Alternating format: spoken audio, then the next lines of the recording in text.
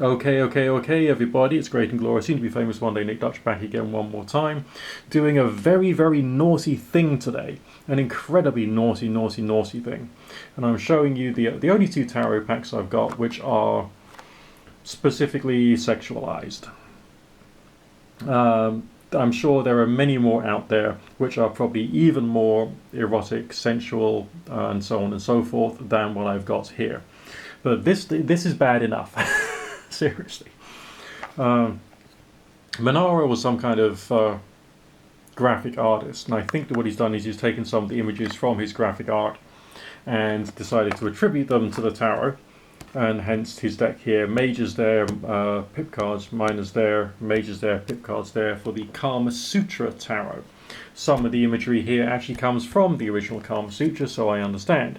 And the pips have been designed based upon the various elemental issues, such as whether it's to do with earth, air, fire, and water, and the sexual positions having some kind of connection to that, if you get my drift. So this part of the deck is moving more into sort of like fantastical stuff, whereas this one here is probably a bit more semi-authentic to the original work, so I understand.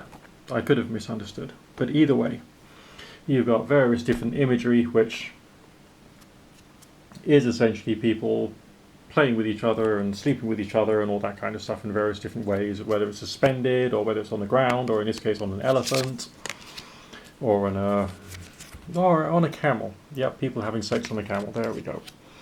Or even on a donkey or a horse of some description. There we go. So I guess it does its purpose. The Menorah one, on the other hand, has a very different style of feel to it. Interesting thing about the Menorah one is that there is astrology in the bottom corners. The other interesting thing about the Menorah tarot is that they use the elemental symbols in terms of the triangular tattoos, which I think is interesting. So if you're ignoring the overtly sexualized imagery of women with walking great lizards with giant penises, and as you can see, something rather curious going on there. If you ignore that, and you could just actually do serious readings purely with the elemental signs, the numbers, and the astrology, if that's basically where you're coming from. All of the majors here, which are also kinky and erotic, of course. There we go, that's a dinosaur with a whopping great penis. They all have in the bottom right hand corner a little bit of astrology thrown in. So again, you could read just purely off that and not necessarily the image of whatever, the actual card imagery, which wouldn't really give you that much in terms of spirituality, would it? Okay? That really wouldn't do it for you. I suppose that one might if you're, goddess orientated, I guess. That's the star card. And that's their version of the judgment.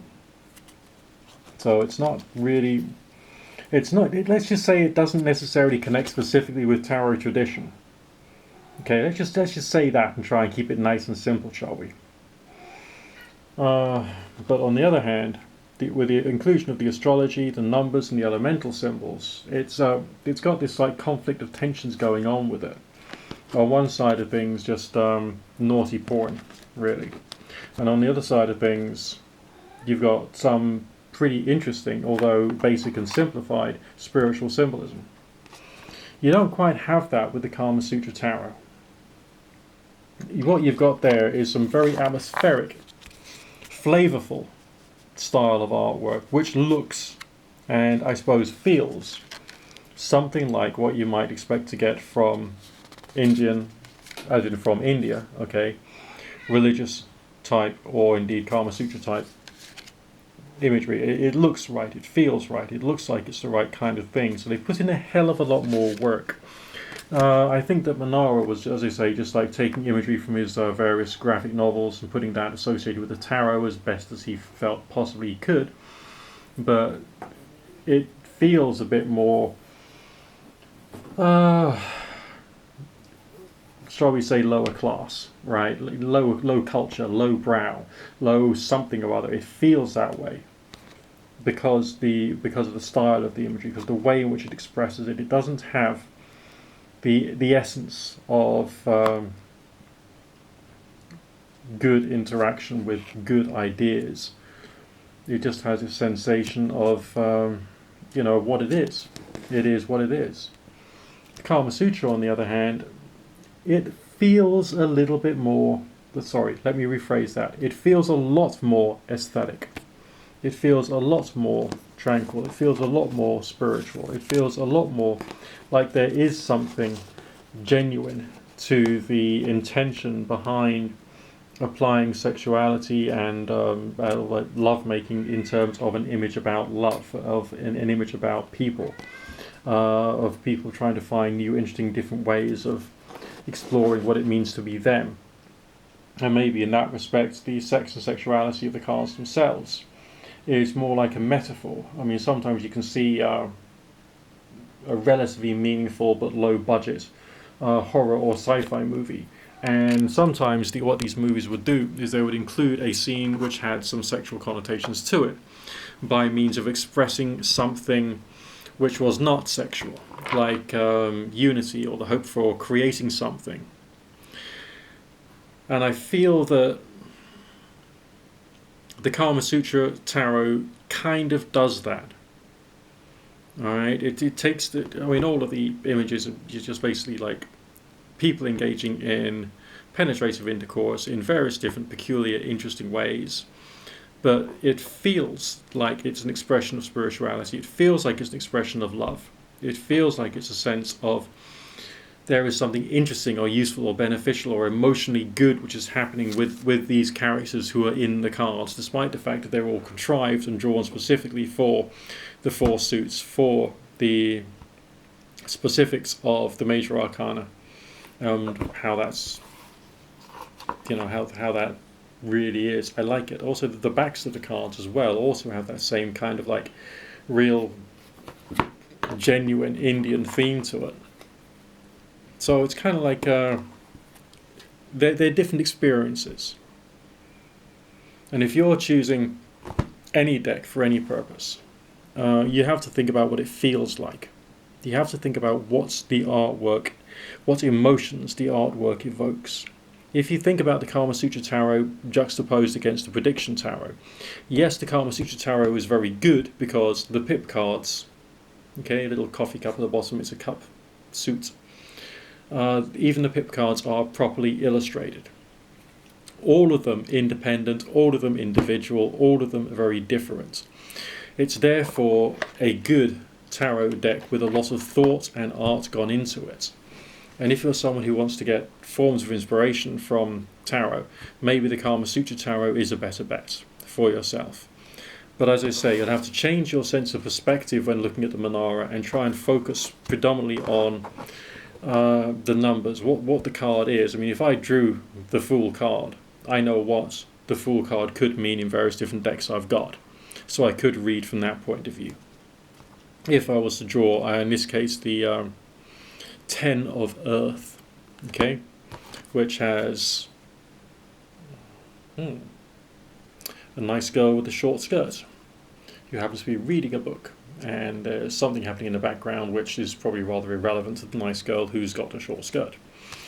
But I would probably read that from the point of view of what does the 10 of Coins tell me from the Prediction, from the Crowley Thoth, the Oswald Wirth, the Celtic Tarot, and so on and so forth. That's how I would choose to use it. I wouldn't actually use it for what you would call proper. I mean, you're not going to take this to a psychic fair in a Christian spiritualist healing church, would you? No. You wouldn't take the Kama Sutra to a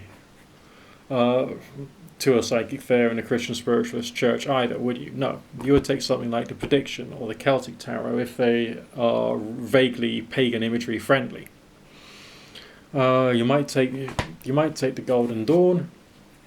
If you're intelligent, you probably stick with something like the Rider Waite, because when working professionally, it's all about what other people think that you believe. What you actually want to do is to be there to help and to support and to grow people.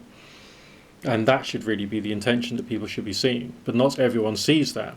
So your image making as a professional reader, or indeed as an amateur one who's just like, at the end of a drinking session with a few friends who's pulling out a pack of cards, has got to say the right thing.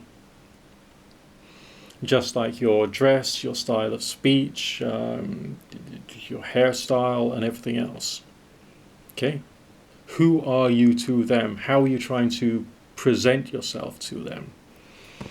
But like, the more tarot decks you have a look at, the more you get your hands on, the more your mind gets expanded in terms of what the meanings of the cards could be. So with some of the reading demonstrations I've done previously on this channel here, that's mainly using a combination of different understandings of different tarot decks and of different books about tarot, which I've picked up over the years, which has expanded my understanding. It's not a black and white thing. Understanding tarot, understanding these things in terms of how they operate in a practical setting, is a kind of like a path of growth and development and understanding in its own right. Okay, it's there isn't a fixed time in your journey with tarot when all of a sudden you will be able to look at yourself and think, okay, now I've done it. Now I've got my Bachelor of Arts in tarot reading. Now I can go out there into the world. Because where you are today as a person who's interested in tarot, and where you will be in 5 years' time as a person who's interested in tarot, will be very different. Give it another 5 years, you'd expand it even more. And your mind and your learning would have adjusted even more. And you'd have started to see what the cards could be about in an expanded way, until it kind of like all merges into one like cacophony of colour and ideas and art and creation and expression, and it all overlaps, and sometimes it seems like it's all very similar, sometimes it seems like they're all very distinct, sometimes it seems like they're all talking about the same thing, sometimes it comes over that they're all expressing different aspects of artistically expressed divine truth. It's a journey which never ends, ever. And for that reason, it's pretty cool. Anyway, I hope you've enjoyed looking at pictures of semi-naked people doing various things to each other, and I'll speak to you again soon. As is traditional, rate, comment, click the bell, subscribe,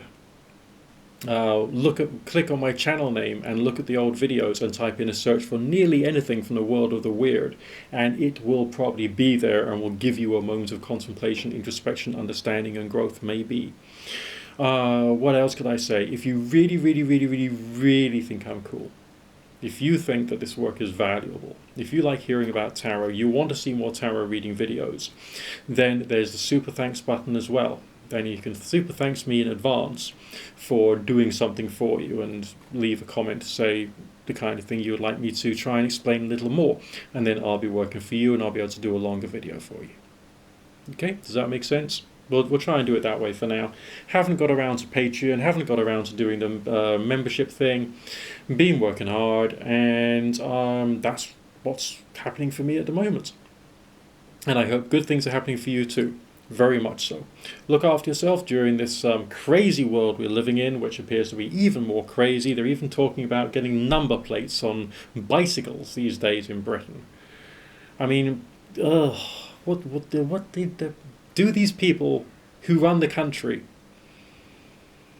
have hearts, souls and brains?